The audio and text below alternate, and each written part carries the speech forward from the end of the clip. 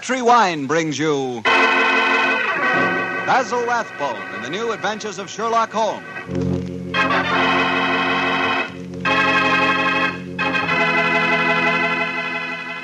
The Petri family, the family that took time to bring you good wine, invite you to listen to Dr. Watson tell us another exciting adventure he shared with his old friend, that master detective, Sherlock Holmes. And say, if you'd like to try a new adventure in good eating, will you just make sure that your dinner tomorrow night includes a bottle of Petri California Burgundy. Petri Burgundy is the ideal wine with any kind of meat or meat dish. That Petri Burgundy is a hearty red wine, just as rich in flavor as it is in color. It's the perfect companion to a thick, juicy steak or a piping hot pot roast or a good hamburger. You know, that Petri Burgundy has a happy faculty of turning a simple meal like, say, a hamburger sandwich, into a feast. Believe me, here is a wine that's clear, fragrant, and delicious. A wine that you can serve to your friends proudly. Petri Burgundy. Remember, the name Petri is the proudest name in the history of America's wines.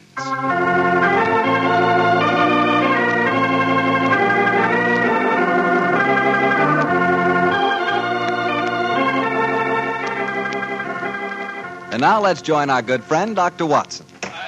I'm out here on the patio, Mr. Bartell. Well, I see you're making the most of a wonderful evening, Doctor.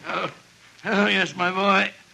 It's pleasant to sit out here on a summer's night with a good friend and a pipe, a bottle of wine. Help yourself to a glass and sit down. Well, thank you, sir. All ready with tonight's new Sherlock Holmes adventure, Doctor? Yes, and a strange story it is. It was in the autumn of 1899, Mr. Bartell, that I decided both as doctor and friend that Sherlock Holmes was in desperate need of a holiday. He'd really been overdoing it, huh? Oh, yes, my boy. It had been an unusually busy year, and at the time my story begins, Holmes was suffering from complete exhaustion. So, my boy, towards the end of October in that year, we found ourselves in the charming city of Cazarlack, capital of the small Balkan kingdom of Grosnia. A few nights after our arrival, I remember Pavlu Krasnodar, Grosnian minister of police, took us to hear the singing of a certain young Hungarian opera star, Miss Lily Rayner, who was then touring Europe. At our table was her fiancé, the charming young aristocrat, Prince Stefano. And it was very easy to see as he sat there listening to the song that the boy was head over heels in love. It was a haunting melody that she sang, Mr. Bartell. I can almost hear it now.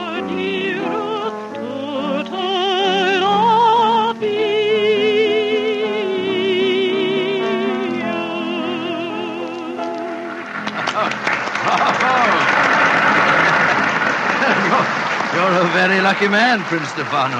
Your fiancée's voice matches her beauty. Oh, yes, Dr. Watson.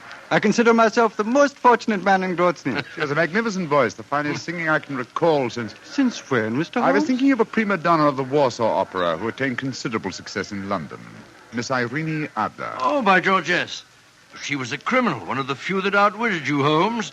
Oh, that was a case that would have interested you, Mr. Krasnodar. I'm familiar with it, my dear doctor. You are unusually solemn tonight, Krasnodar. Have a glass of wine, and I will bring Lily to our table, and we will toast our happiness. I'm afraid I cannot drink to that toast, Prince Stefano. Why not?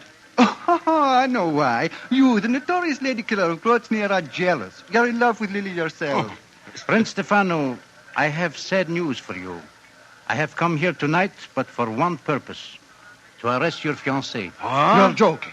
It is far from a joke. At my ministry, we have evidence, conclusive evidence, that Miss Lily Rayner is a spy. Spy? Good Lord. And the penalty for spying in Grosnia? That, my friend, is why I would drink no toast. In Grosnia, the penalty for espionage is death.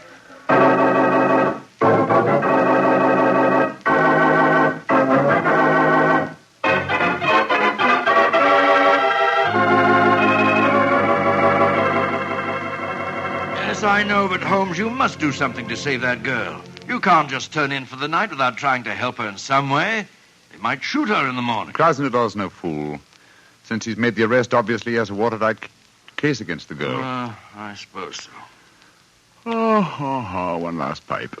You know, Holmes, I couldn't understand her fiancé's behavior. He didn't do a thing. Just stood there and let Grosnia arrest the girl. Oh, what could he have done? Grosnia is commissioner of police. There was no point in arguing with him until the evidence had been examined. I imagine the prince will try and pull some political strings. After all, Grosnia... Come in. Oh, who's this now? Oh, you wish to speak to me? Mr. Sherlock Holmes, I have come to talk to you about my baby. My name is Martha Greggett. Your baby? Mr. Holmes doesn't... Oh, my baby, she is 20 years old, and she is flaxen-haired and beautiful. Oh, that's an entirely different matter. We'll be delighted to help you, delighted. Sit down, won't you? On whose behalf have you come to me? Poor Lily Rayner. Lily Rayner? Well, that's the girl who's arrested tonight. I am only her dresser. And yet I, Martha Greggett, am her mother and father. I have toured Europe with her ever since she left Vienna. She sent you to me tonight, I suppose. Yes, Mr. Holmes. She said you would understand. What does she mean by that, I wonder? She said that Mr. Holmes would take care that a talent like hers should not perish, just because she had broken a few laws. In other words, she wishes me to establish her innocence in the same breath as she confesses her guilt. I'm afraid I don't take that sort of plant. Good night to you.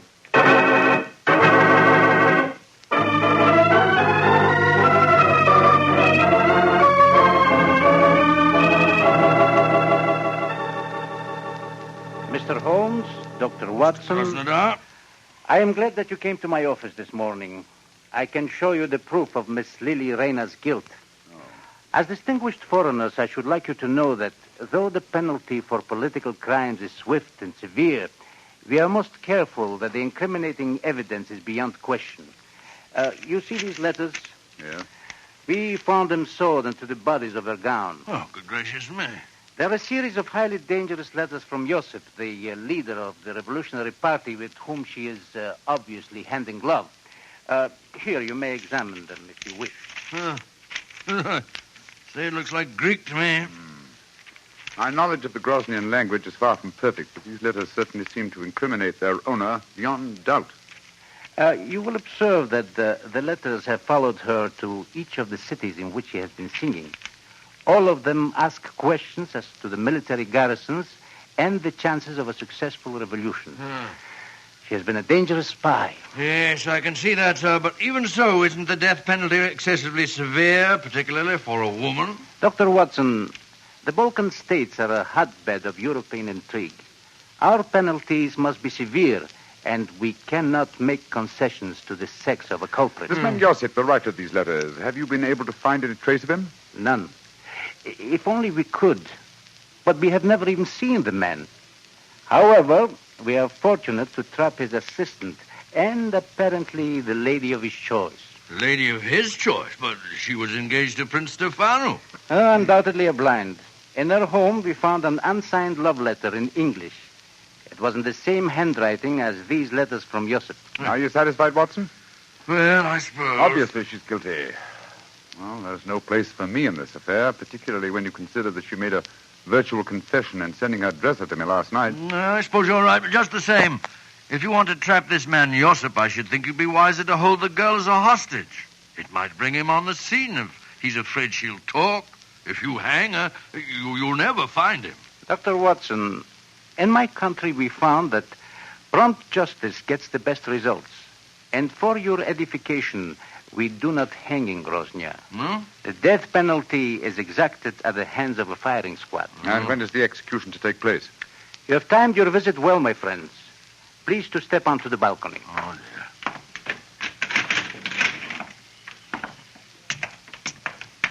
I think that answers your question, Mr. Holmes. Great Scott.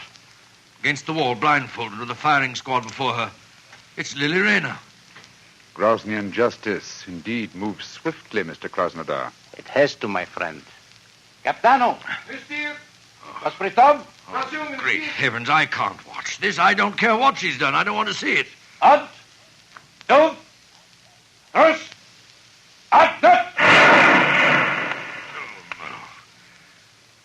She's crumbled to the ground. Poor little thing. What an artist. Hard to see a woman executed even if she is a spy. May all traitors to Grosnia die as swiftly. Oh, but what a loss. Her beautiful voice. Yes, her beautiful voice. Shall we go in, gentlemen?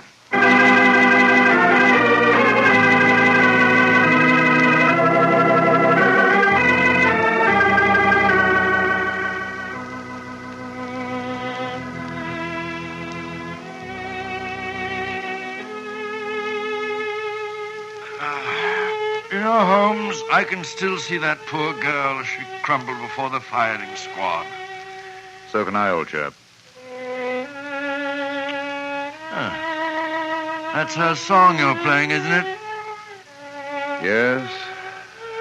The melody still haunts me.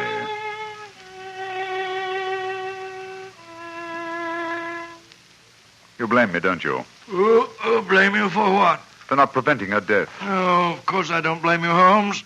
The girl was guilty. Grosnian law prescribes the death penalty for her crime. After all, what could you have done about it? Nothing. Absolutely nothing. And yet... And yet what? I wonder if she was right. I wonder if artistry such as hers isn't of greater value to humanity than spying in any cause. It's not much good worrying about that now, is it? The girl's dead and buried.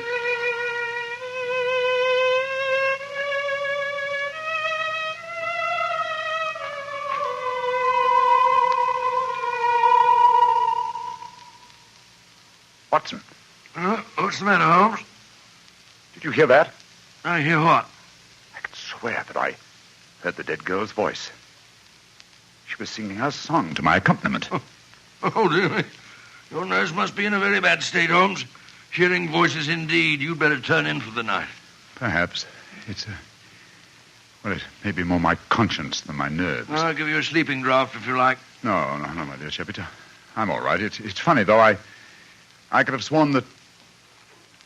Oh, well. Play some more of that tune, will you, Holmes?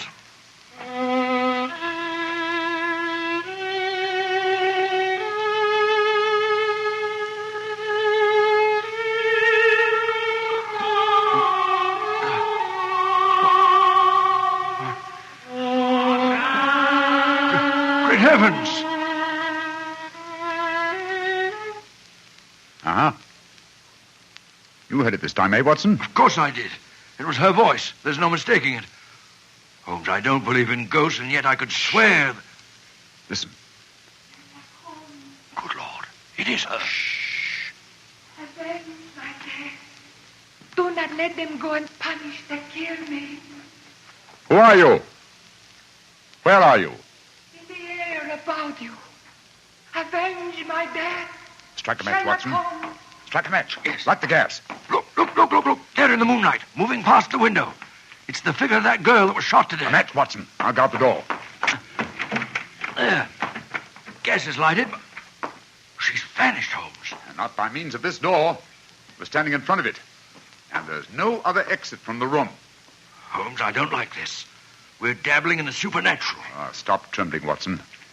Whatever the explanation for this may be, one thing at least I find quite fascinating. And what's that? It's the first time in my career that I've ever had a ghost for a client.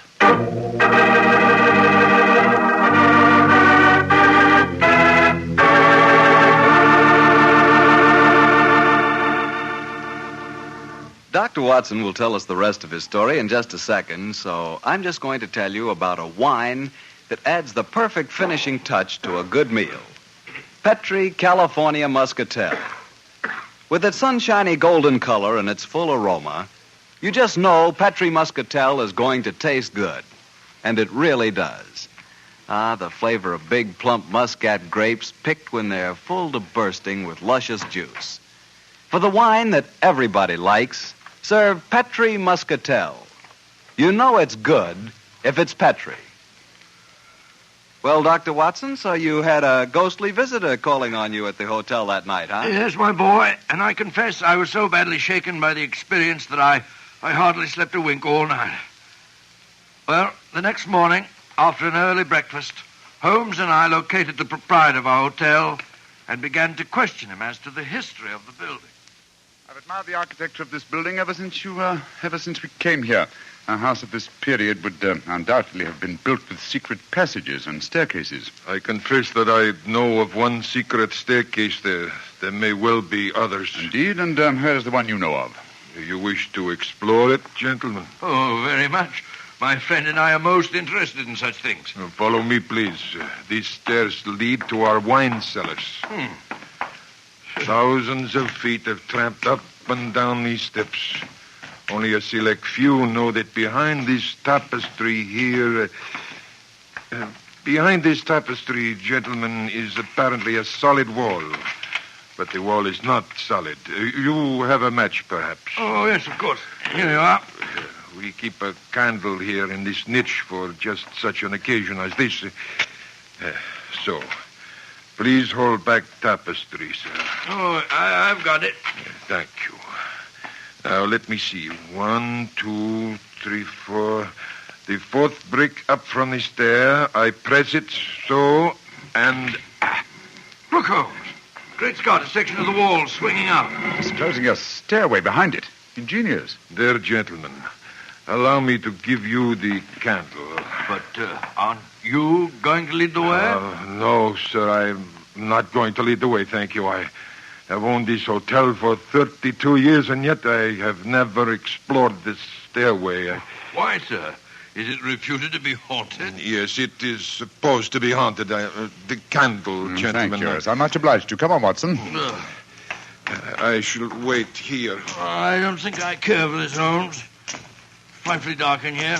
It's damp and moldy, too. Look, Watson. Look here.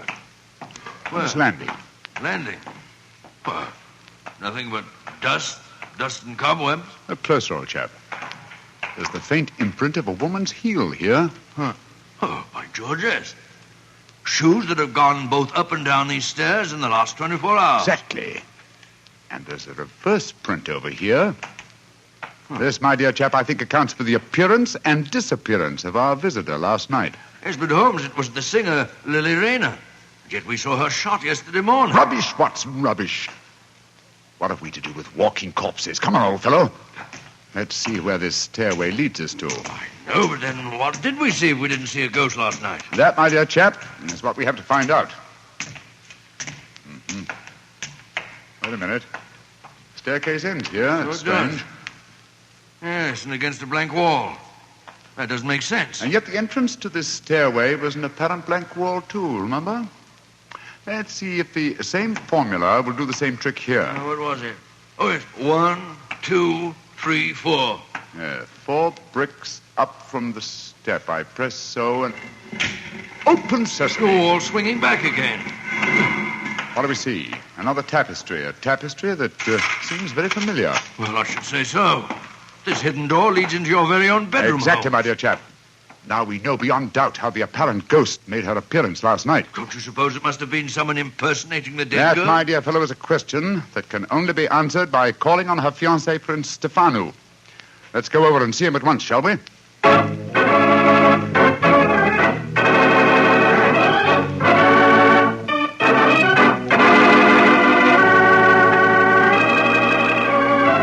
Prince Stefano, I dislike to intrude upon your personal tragedy, but I must ask you a few questions. Ask your questions. Did your fiancée have a sister who may have resembled her? No. She had no living relatives at all, Mr. Holmes. Oh, tell me this. Who inherits her estate, sir? Her dresser. A faithful old woman by the name of Martha Gregor, who looked after her for some years. I see. Did Miss Rayner have an understudy? As a singer, she could have no understudy. She was irreplaceable. You say as a singer. Was she also an actress? Oh, but yes, Mr. Holmes. Oh, really? How very unusual for an opera singer. Quiet, Watson, please. The first time I saw her was in Tosca. She was not another Bernard, but her performance was very promising one, considering her age. In my country, of course, she was not able to appear in anything but opera because she could not speak Grosnian. She didn't speak Grosnian? Now I have the answer. The answer? Yes, to what? To this entire story, from the arrest of your fiancée to certain strange visitations at my hotel last night. What do you mean, Mr. Holmes? If you come to my hotel room tonight, my dear Prince, I can safely promise to make the whole matter clear to you. And I dare go a little further. I think that I can even help you to find consolation in your bereavement.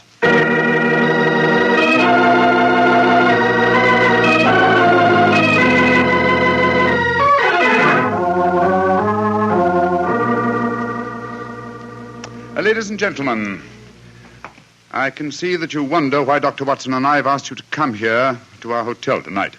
As Minister of Police, I should be stupid if I did not realize that since your other two guests are the Prince Stefano and Martha Gregor, the dead girl's dresser, that this meeting has some bearing on the execution of Miss Lily Rayner. I should prefer to say her murder. Ladies and gentlemen, if you please, I should like to make my own position in this matter quite clear. 2 nights ago, you, Martha, came to me on behalf of Miss Lily Rayner to solicit my aid. I, convinced that she was guilty, refused that aid.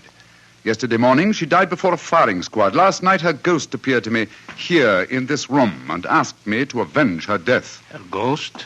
What nonsense are you talking? It would be no surprise to me if her poor murdered soul came back from the grave to ask for justice, sir. I saw her, my good woman, almost as clearly as I see you all now. I agree with Grosnia. To talk of ghosts is beyond belief. Please let me finish.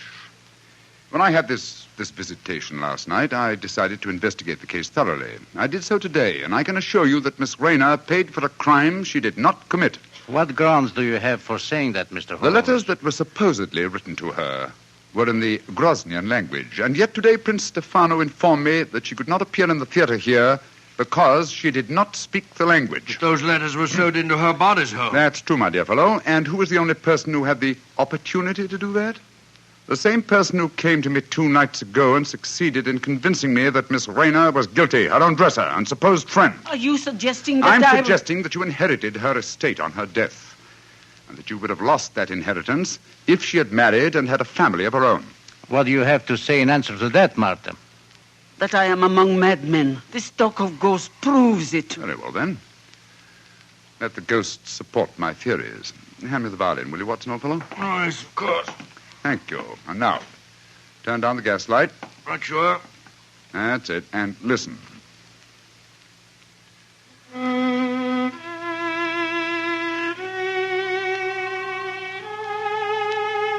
Yes. Yes. That's her voice. And that's her figure standing there in the moonlight, even though she's dead. Now, what do you say, Martha? Aren't you responsible for her death? If her ghost can sing, I'm sure it can also talk. I did do it. The letters belong to me. I sacrificed my own baby for gold. May heaven have mercy on my soul. A confession in front of 4 witnesses. Why not take her away, Krasnodar? We'll testify later. I will. Come with me, Martha. I killed my own baby. I deserve to die. Well, shall I turn up the gas, Holmes? Ask Prince Stefano. No. Do not turn it up. I've seen and heard the ghost of my beloved when the lights were down. I'm not afraid. Please play her melody again, Mr. Holmes.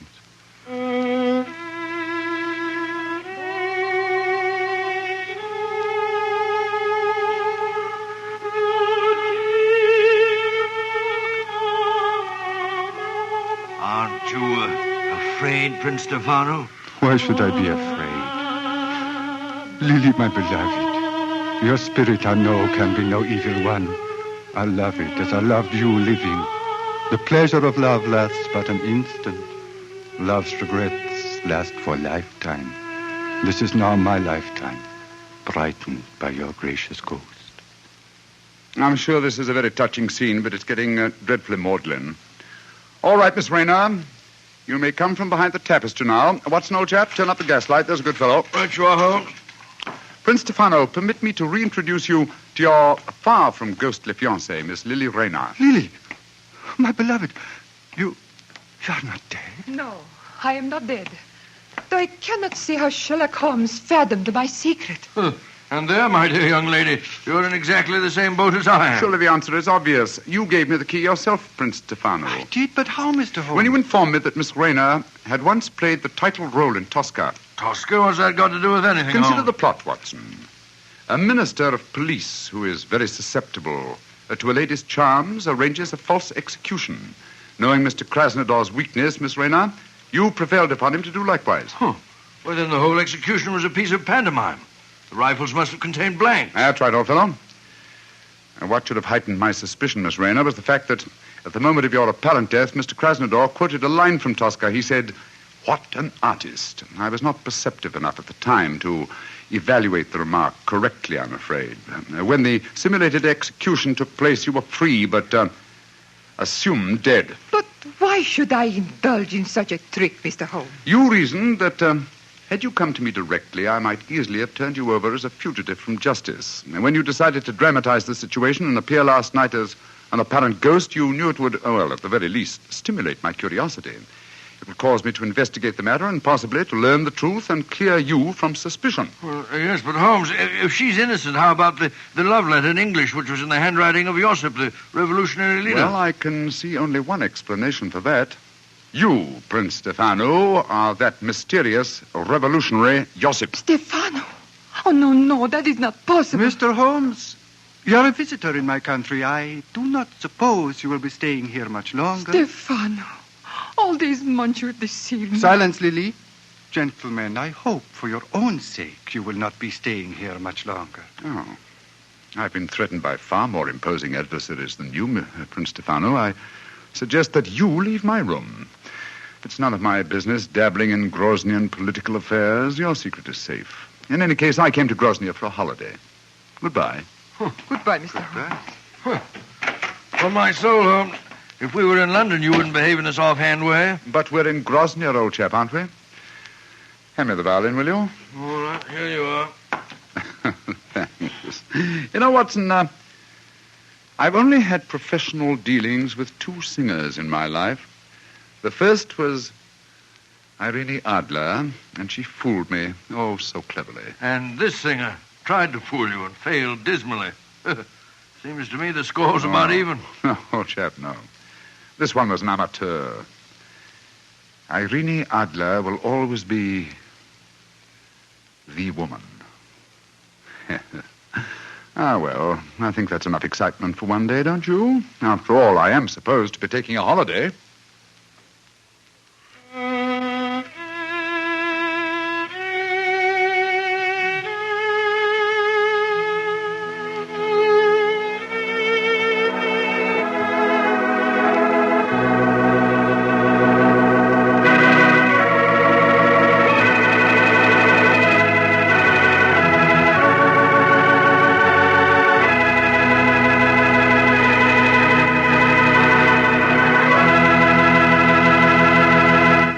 Doctor, that was a swell story. And I'll bet that you were a lot more interested in the beautiful Lily than your story tonight would have us believe. Well, of course I'm interested in a beautiful woman. But then what man isn't? Check. But don't worry about me, Mr. Bartell. You know, being a family man, I just naturally associate a beautiful woman and home. And that makes me think of hospitality. Well, what do you mean by that? Well, according to you, I'm interested in home life. You're primarily interested in wine. Put us together, and we're interested in... Wine in the home. Isn't that an important part of hospitality? That I admit. But remember, my interest in wine is entirely an interest in good wine. In Petri wine, to be exact. Because I know all about Petri wine. I know that the Petri family has been making wine for generations. With the Petri family, the growing of perfect sun-ripened grapes and the art of turning those grapes into fragrant, delicious wine is a heritage. It's a heritage handed down from father to son, from father to son. The skills of those generations of winemaking are evident in every drop of Petri wine. The name Petri on a bottle of wine is more than a trademark. It's the personal assurance of the Petri family that Petri wine is always good wine. But you'll discover that for yourself. You'll learn that no matter what type wine you prefer, you like it better when it's a Petri wine. Because Petri took time to bring you good wine. Well, Dr. Watson, what new Sherlock Holmes adventure do you have lined up for us next week? Next week, Mr. Bartell, I'm going to tell you a most unusual story in which Sherlock Holmes crossed swords with a famous Frenchman and proved that although the English have been called a nation of shopkeepers, that a murder did not always prove to be a good bargain.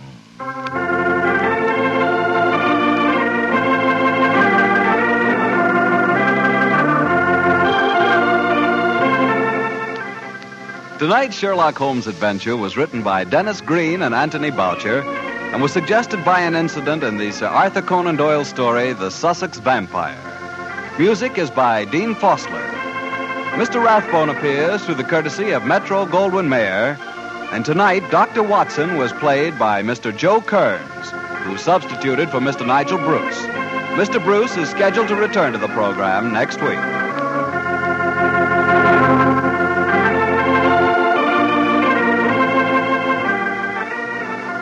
The Petri Wine Company of San Francisco, California, invites you to tune in again next week, same time, same station. Sherlock Holmes comes to you from our Hollywood studios. This is Harry Bartell saying goodnight for the Petri family. For a solid hour of exciting mystery dramas, listen every Monday on most of these same stations at 8 o'clock to Michael Shayne, followed immediately by Sherlock Holmes. This is the Mutual Broadcasting System.